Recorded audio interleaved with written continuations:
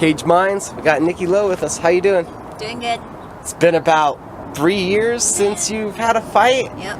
And at the end of the month, you're back in action. Yeah. So, 3 years. What's been up? Well, in early 2015, I broke my fibula in practice, and it was right after I had signed a contract for a fight. So that kind of put me out a few months. And then I came back and started training again.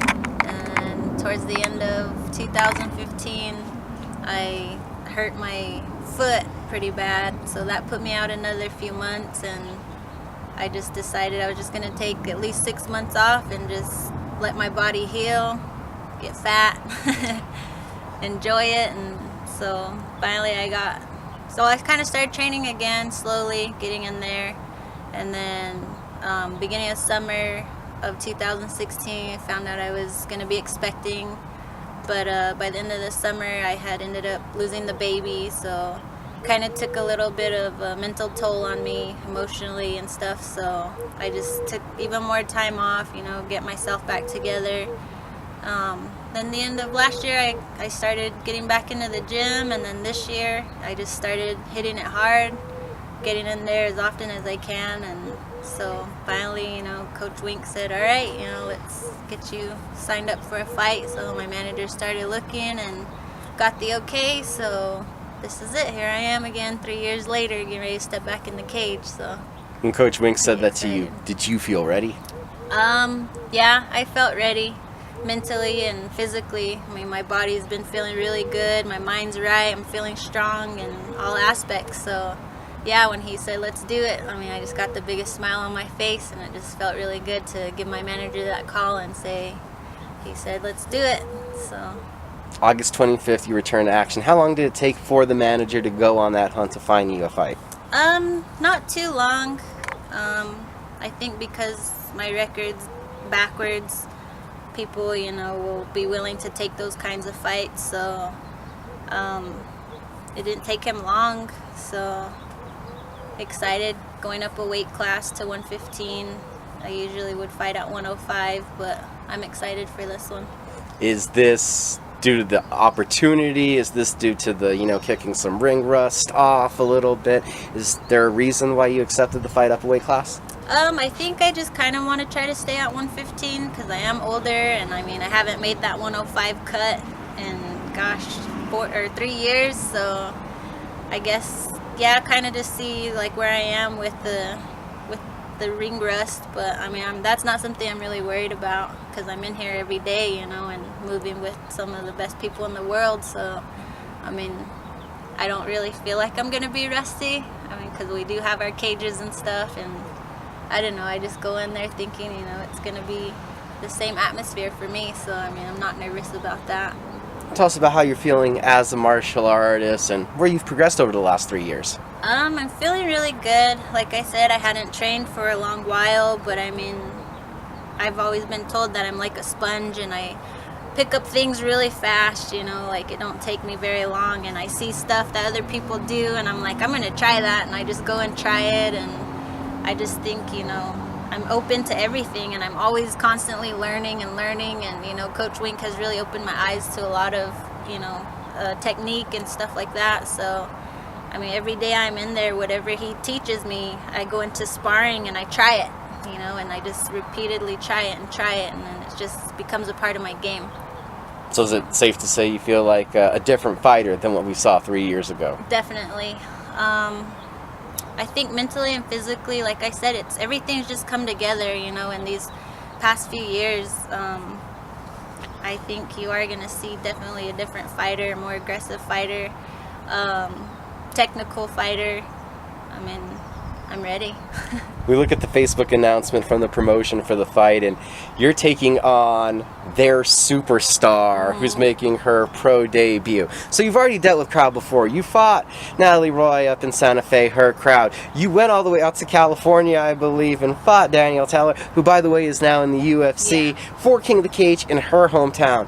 So nothing new for you being, set up to lose as the visitor going into enemy territory up there in Washington? Not really, and I don't want to see it as enemy territory either because it is native land.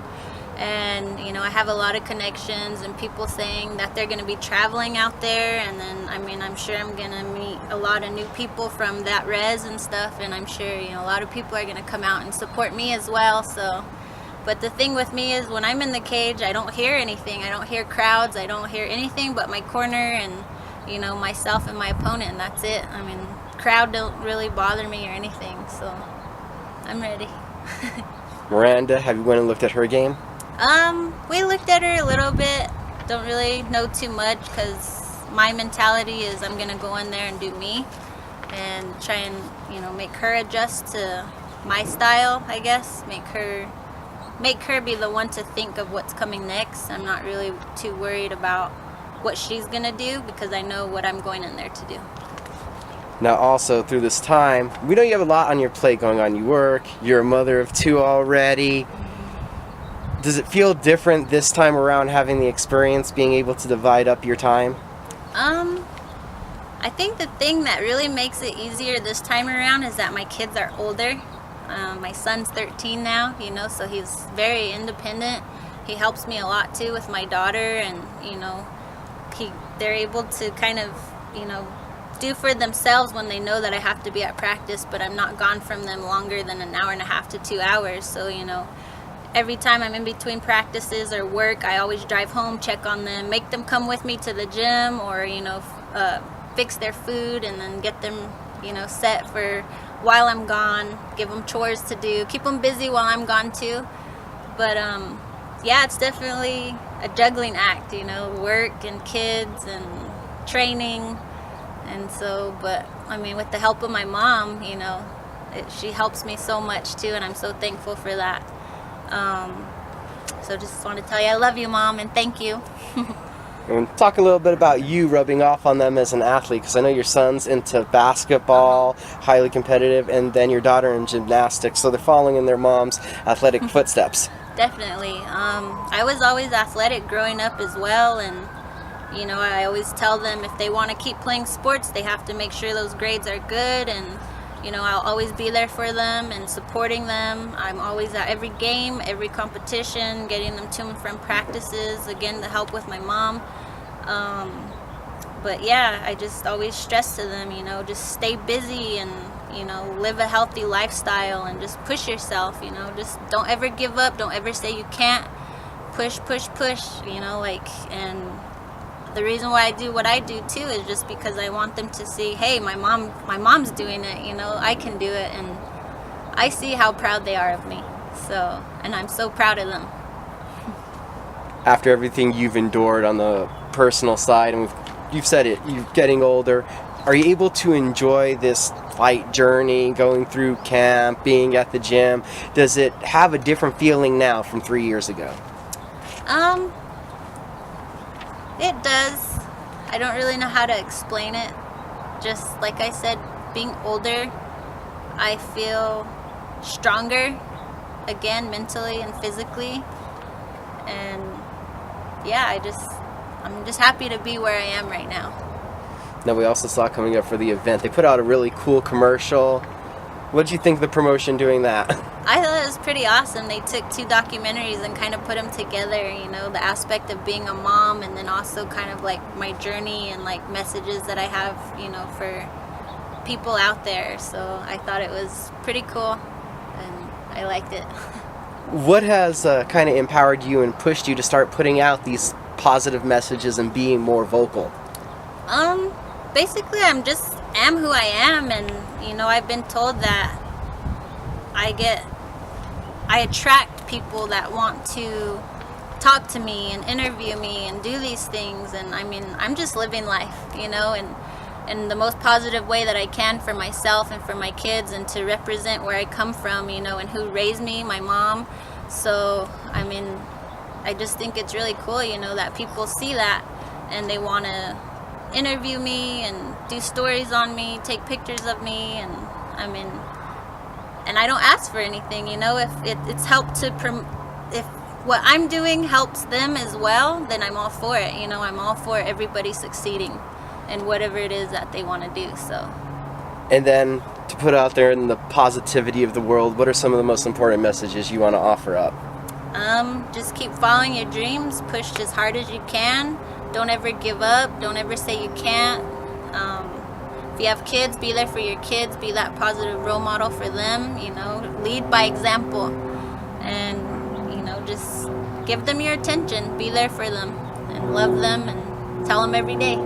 Everybody, whoever's close to you, let them know. Be nice. Be kind to people, and you know, respect. Be nice, be kind, but we're gonna go have Nikki punch somebody in the face. In a nice way. In a nice way. In a competitive, controlled Yes, environment, yes. at least. What is gonna mean to you to get back in the cage on August 25th, to I be think- there in that moment again? I think it's gonna be pretty emotional. Pretty emotional. So, Thank you for the time. thanks.